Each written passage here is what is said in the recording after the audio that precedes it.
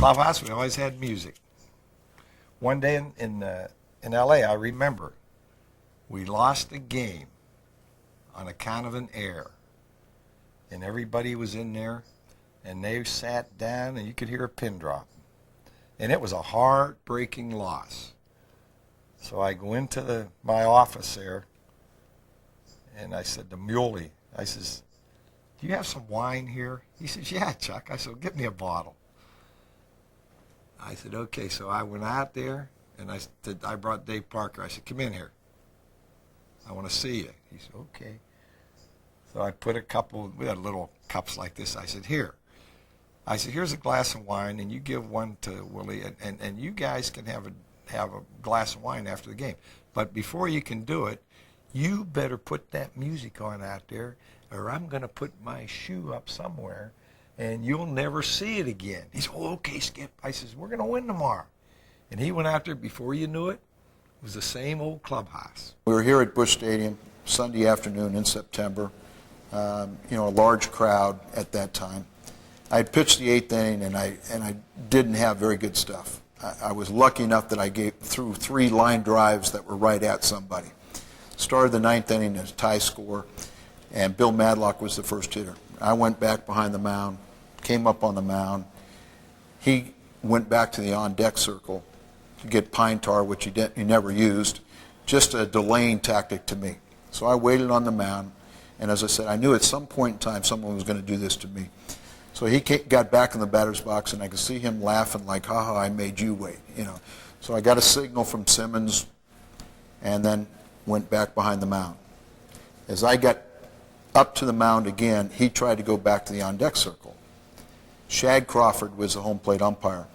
He followed him to the on-deck circle, and I'm sure he said something to the effect of, stay in the box. There's a 20-second rule, but every time you leave, the clock stops, and we have to start all over. So you just stay in the batter's box, and he'll have to pitch. Billy, I'm sure, said something to him that Shag Crawford didn't like, because Shag Crawford ran back to home plate with no batter in the batter's box, ordered me to pitch.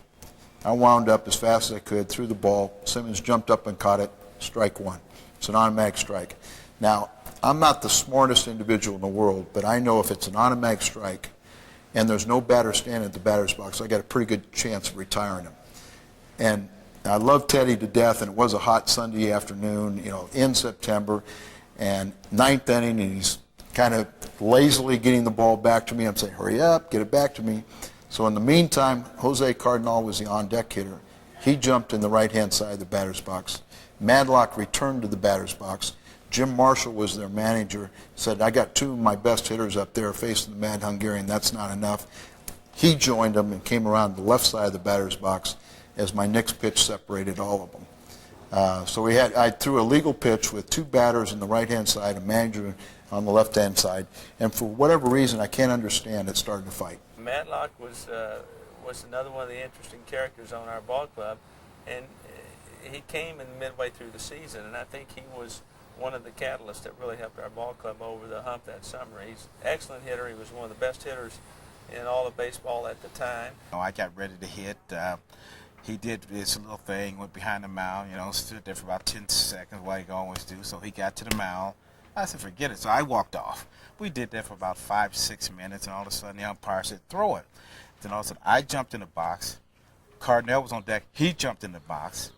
Our manager ran out. He jumped in the box, and I had the bat, and I was swinging, So and then after that, Ted Simmons was catcher, so we had a big fight. Went on for about a half an hour or so. Yeah, he was tough. I mean, he liked to intimidate you, and that's what it's all about. The guys had fun back there. Cardinal is trying to hit the ball. Madlock's trying to hit and get out of the way of it. Marshall is frozen like this, and the next thing that happened was Billy sit there and said something to Simmons. Simmons just came up and just popped him in the job. Big fight breaks out. Asked Teddy after. I said, what did he say? He goes, I don't know, man. There's just too many people around me.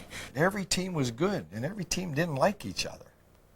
I mean, you didn't like each other. When you were on that field, they were the enemy. And that's the way I like it. If you got a team, I'll put a team on the field, and I'll beat your team. if I had to carry the team, fine. I said, get on, just don't get in my way. We had characters on the Oakland Ball Club. We certainly had great characters on the Pittsburgh Ball Club, all with the same objective in mind, and that was to win. I remember in St. Louis we had very seldom lost 3 in a row, but I think we did, and we're going into St. Louis, and I used to tell the team, I'll take credit for all the losses, and you guys can take credit for all the wins.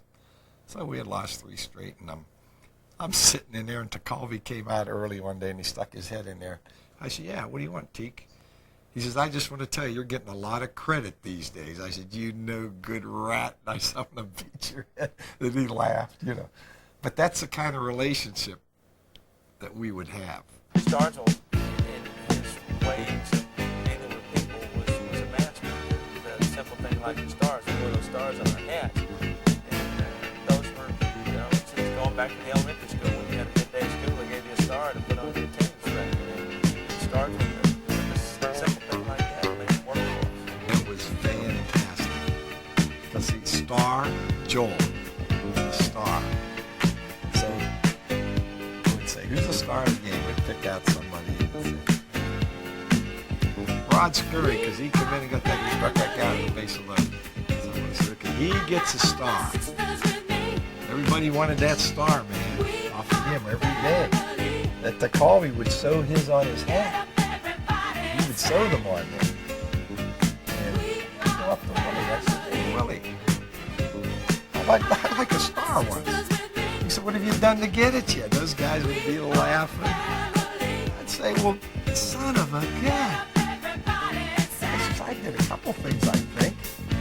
He'd say, well, whenever you get one, you'll earn it. You'll deserve it, and we'll give it to you. A month would go by. All the guys are getting stars. I'd say, Willie, did I do it? He said, yeah, we have a committee and we vote, and you haven't got it yet. So one day everything was quiet. I don't know if they had a meeting or what, and they said, you earned a star. I got 1 star. Put that on my hat. And I said, nobody better steal this. You know, the Pirates were very strong then, as you know, but we never could beat Cincinnati in the playoffs. That was the only drawback in the early 70s, but there was nothing wrong with that because the Reds didn't have a strong ball club. I thought in 1970, the Reds were better. I thought in 72, we had a better team. And in 75, I thought the Reds were better. Blue-collar town, blue-collar players. Like we'd play in the playoffs, we're going to play Cincinnati. And the writers said, man, they have the best players. You know, they're talking. Man, they're going to have Seaver pitching. They have Johnny Bench. They have Perez. They have Rose. They have Concepcion. They have Morgan. They have Griffin. They have Foster who hit 40 or 50 home runs. Geronimo who catch. I said, yeah, good. I said, man, they do have the best players. I said, but you know, we're going to win because I just said we have the best team. So Starzl took over where Roberto was in 1971, our leader. And Chuck Tanner was so positive about everything. Starzl was so positive. Starzl was a proven player. And so it all carried over.